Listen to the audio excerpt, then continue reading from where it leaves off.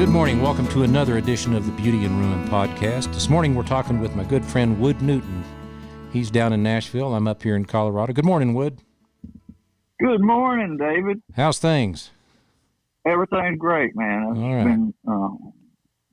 been enjoying this great new year going. I've got a lot of stuff in the pipeline, and you being one of them that I'm so excited about. Well, good. I'll just give folks a little bit of the background on the project that may be just dialing in. The book that we're talking about today is called "Of What Was, Nothing Is Left," and it was written by my grandfather and published in '72, and he died the following year. So Wood Newton was one of the people I called on to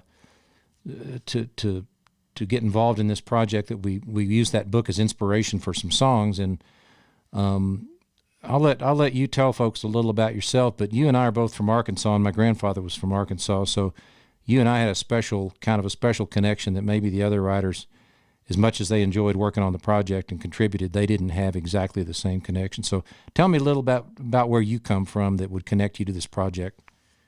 Well, I come from a small town in South Arkansas, and both of my families, my mother and father, were born and raised in farms right there. And remind me of the town, because I forget. Hampton. Oh, yeah, Hampton, sure. It's now the smallest population county in the whole state, and Well, the county seat is 1,300, I believe now. But so the kind of in the book takes place over near Texarkana. Yep. I believe I'm right. Yep. But out in a rural area where everybody knows everybody, and there are very few secrets. So, yeah. Everybody in growing up in my town, my dad was a mayor. You're fine right here, Dad. And he owned a hardware store and was just well liked. And at one point, they decided to put a sewer system in, and they knew he knew how to do plumbing, and he really didn't. I never knew him to be ambitious, to be politically ambitious. But anyway, for that period of in my high school years, he was there, and But I love stories. This one I know is fiction, but it feels real, man. I'm sure this kind of stuff. Well, happened over and over. One of the questions I would love to have asked my grandfather, and I just, I'll kick myself forever for not reading this stuff when he was young, or when I was young and he was around, is how much of this really happened? Yeah. Because you and I both know practically all of it could have happened and may have. Oh, yeah. I'm sure. And back to my other background, I attended and graduated from the university. I was at the University of Arkansas in Fayetteville, your hometown, right? Yep. Yes, sir. So I really, in the 60s, and I started in 64 and then graduated in 70. But anyway, and I was a paper boy. I was the Arkansas Gazette morning paper boy in my hometown, and I'm just a reader. I read the paper every day, and I did when I was up in Fayetteville, and so I'm very familiar with your grandfather and being part of the Northwest Arkansas Times. Right, he was a columnist there for 30 some odd years, and that column was syndicated all over Missouri, and it was a big part of the Tulsa World newspaper, and. Cool. And I was aware of all that, but I just didn't read much of it because I was busy being a kid. Yeah. Yeah. But the book really, first of all, it's a really easy read. It was a page turner. I couldn't put it down, and man, such a intense deal. Well, I remember. And, go ahead. Go ahead. By the way, in my college years, I sold books door to door for 7 summers, starting after my freshman year. And this company in Nashville, the Southwestern Company, would send college boys out to another state or town so they wouldn't be distracted by their friends back home. Right. But anyway, so the man, the character that we wrote about, the fly by night, that the idea of a fly by night salesman would be someone not necessarily so honest or whatever. Well, that's interesting. It's interesting that I didn't know your background as a shall we call it a fly by night salesman. I didn't know you had that. No wonder you gravitated to that character. So. Right. Although fly by night is someone that comes in and does some things usually not ethical. Right. Right. We were actually a very legitimate, sure, and we were stayed in the same place, and we had a great product at a great low price, and I really believed in it, and sure was successful at it. But the idea of this character that comes in, and he's charismatic and just it's the perfect match for the woman, for the wife, who was the husband had mumps, so he couldn't father any children. Right. And his wife, desperately wanted children and found a way to do it. Yeah. Well, when she got married, she told everybody around her that she wanted to have 7 children, and when time went by and other folks in town and young Frank that lived there in the house with him noticed that wasn't happening, and I guess in those days it was pretty common within just a few months to notice that somebody was gonna have a child, and she right. Frank, the captain, the old man that was her husband, was away on a cattle drive or something, and Frank noticed that maybe she was lingering a little too long with the traveling salesman at the end of the day, and then he stayed for dinner, and and just to get people caught up later on, she says, "I've got to get out of this house for a little bit. Take me to the train station." And I guess she went down to Shreveport, if I have my facts straight, and spent a weekend and came back with what she wanted, which was she was going to have a child, and so that that child, Jody was the character that was the child. He becomes the center of a lot of everybody's trouble, and he's not legitimized by society and all that sort of thing. So that need or want of hers, call it whatever you want, and that one night changed everything for everybody. So right. So and reading the book, and then because I've actually I read a lot anyway, and great ideas. You don't have to come from something you've totally experienced yourself. Right. My first number 1 hit was they were passing around a screenplay in Nashville for a movie that actually never came out, but it called for a truck driving song, and me and Tim Dubois wrote a song called "Midnight Hauler," cannonballing her home.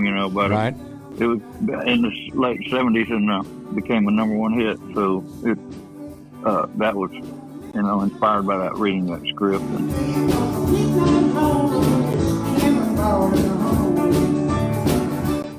Well, one of the things that as I've been interviewed for this project by some radio folks and magazines and whatnot, is they've asked me what appealed to me about writing for this set of songs that was different than the songs, guys like you and me normally write. And I said, reading someone else's stuff and then writing from it as sort of an assignment for myself got me out of my own head, Yeah. It caused me to think about, I said, okay, well, who are these people? What are their problems? What are their dilemmas? What are their moral failings? And how do I write about that instead of looking in the mirror and going, oh man, we gotta delve into this again, So I think everybody enjoyed that. But what I have found is that, I was listening to the album on the way into town this morning out here in Colorado, and I thought, man, that came from my head and from that book. It was it's all in there side by side. So it was a really good exercise as a songwriter, and it makes me want to do more of it. I don't know about you, but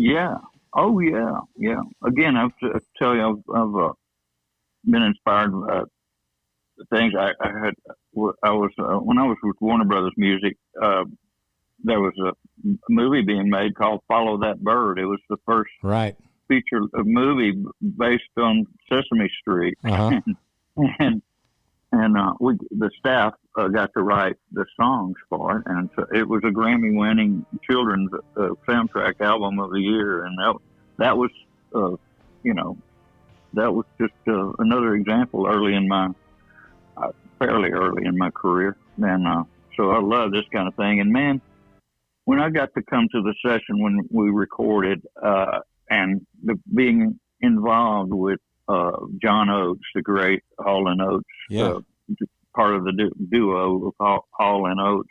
Man, what a professional studio pro he is, man. I mean, I've worked with the best A-team players in town, and I'm so glad to have him spending a lot of time here and being involved in this project. And then he really collaborated with us, you and I, on the writing and putting some polishing touches on it that wouldn't have been there without him. So that was fun. Well, I have to agree. This is my second record to work with John, and I've written with him some other times. And one of the things that he's capable of doing that I just don't have the skill for, and he's made a lot of very big records, and he's been at it a long time, is take a song in its raw form and go, okay, how do we elevate this thing to get the message across and make it powerful?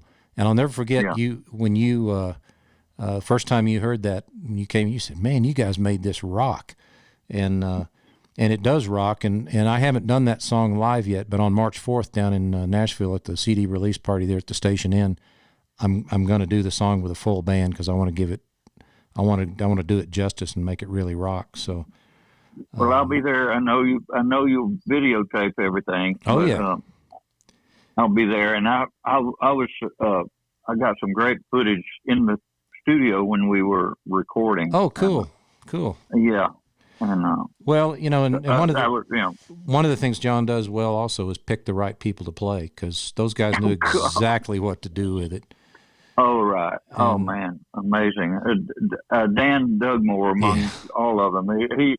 He really had a starring role in our song. And one of the things that I thought was great is, man, when that band is cooking, the outro keeps going on, and it's just so full of great licks. I mean, for the guitar players out there, I mean, Dan Dugmore was in Linda Ronstadt's live band and recorded with her. Yep, and James Taylor in the studio, and and then he moved to Nashville, and there was a joke about that Jimmy Bowen, who's a big record executive here, got a bill for flying Doug in to play steel guitar on a record in Nashville, and he questioned the producer, and he said, that's like hiring a hooker to fly into Vegas.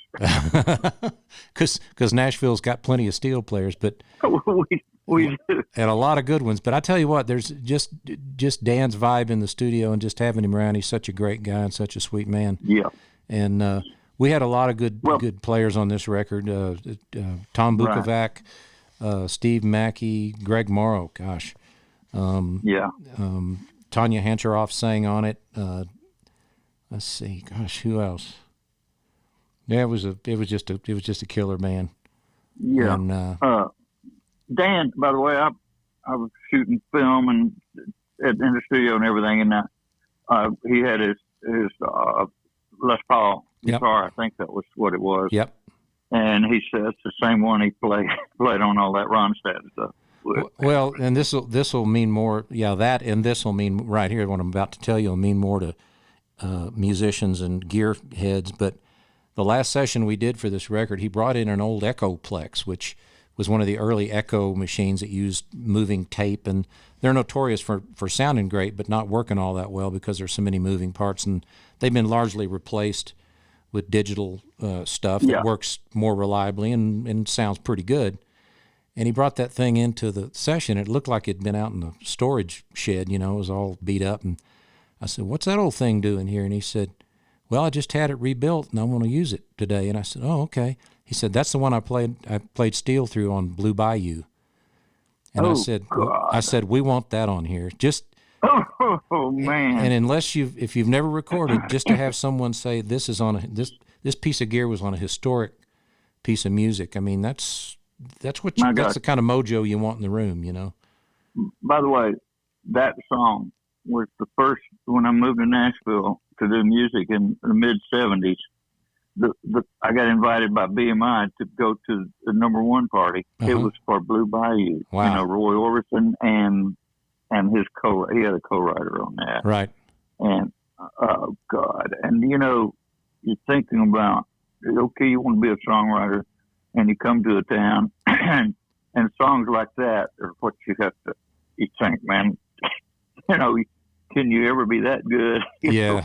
Oh my God. Well, it's oh man. That's why I feel fortunate to work with guys like you and Oates and Dana Cooper and Irene Kelly and Wild Ponies and my friend Shelley out here in Colorado, just to write with people who view the craft seriously and take it seriously and want to keep it at a high level. Because every song on this record turned out great in my opinion, and I'm so excited. Oh, it did, man. And it's funny you mentioned screenplays. We've got a guy working on a script to adapt this book for a screenplay. So.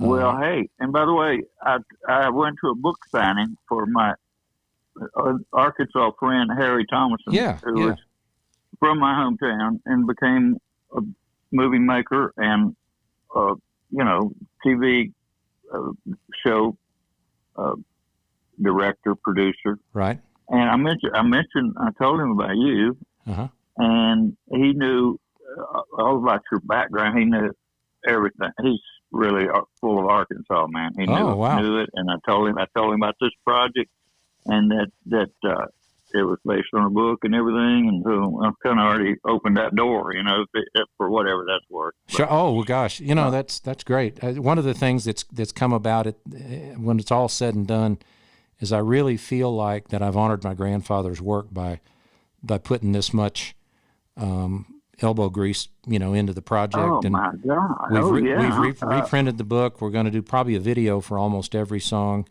And when it's all said and done, I'm going to try to leave behind a legacy just like he did. That, you know, my grandkids will go, well, hey, that was my granddad. You know, he did something cool. Yeah, know? really. I'm real proud of it. I saw the movie in my head, man. I mean, you know, when you read a great book, they can never make a movie. It's hard to make a movie that's as good as a book. You know? Sure. So anyway, well, that's kind of where we'll leave it this morning. But you had mentioned to me before we got on the phone or before we started recording, you've re-released your music. Tell us about that a little bit so I can direct people out there and have them go check it out. Well, yeah, they could just look me up on iTunes or Spotify or any of the places, YouTube, and I'm here today trying to do a thing that they offer where you have your lyrics scroll as on YouTube. Oh, the lyrics will scroll with your in time to the song, and I had to go through and click for each line, click the beginning of where each line went in the song, so that way it syncs up. Right. That's harder than it looks. Oh yeah, it is. If you miss one, you have to go back and start again. Yeah. Well, anyway, I can't wait to get that out.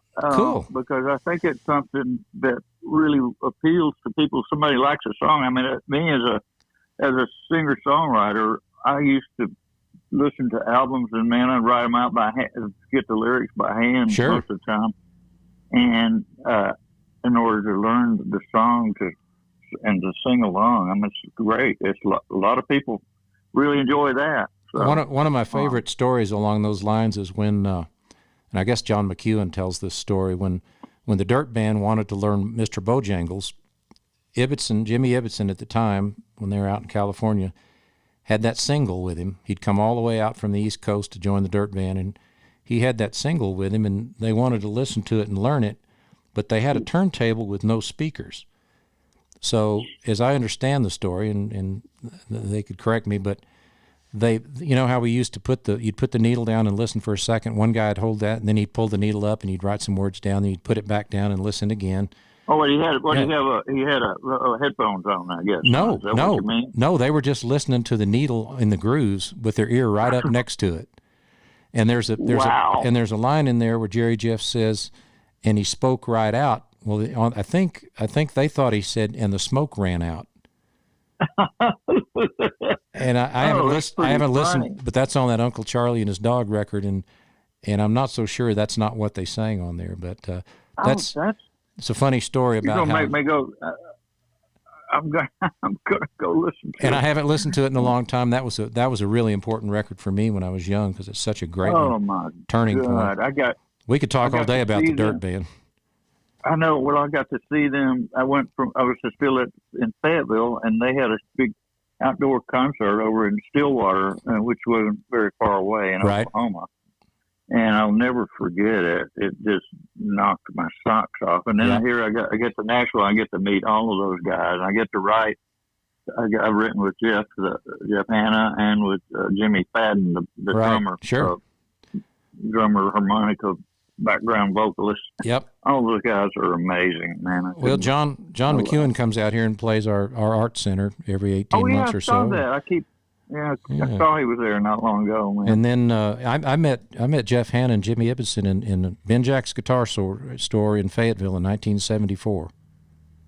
Wow! They were in the store. They were going to play that night at Barnhill with Michael Murphy, and they said, "Hey, there's a band called the Cates. Can you get us in to see them at that bar they play?" God!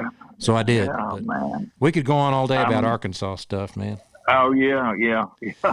Well, listen, thank you for your time today. We're gonna let folks listen to "Fly By Night," which you and I wrote, and I'd have to say John Oates arranged this one perfectly. Okay, man. Right. See you soon. All right. Good luck. Thanks. Okay, bye.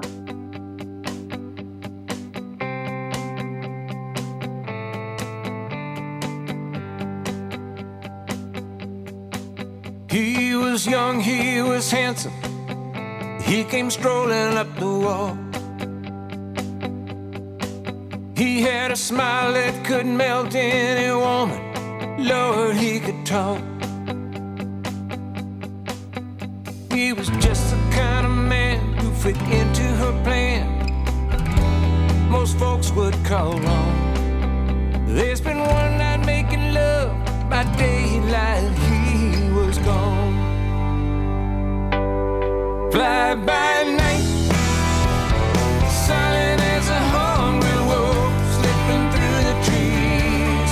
Fly by night, running from a deed that was never meant to be. All the whispers and the rumors, self-righteous, gone on the mother and the father when the baby's born. Prayers that go unanswered if the truth don't see the light. Fly by night, fly by night. The boy grew up in a house full of love, too small for his dreams. Soon enough he would feel a string of love his mother's aching strings. It was a bullet from a lawman's gun that brought him to his knees and released his troubled spirit, longing to be free. Fly by night, silent as a hungry wolf, slipping through the trees. Fly by night, running from a deed that was never meant to be. All the whispers and the rumors, self-righteous, gone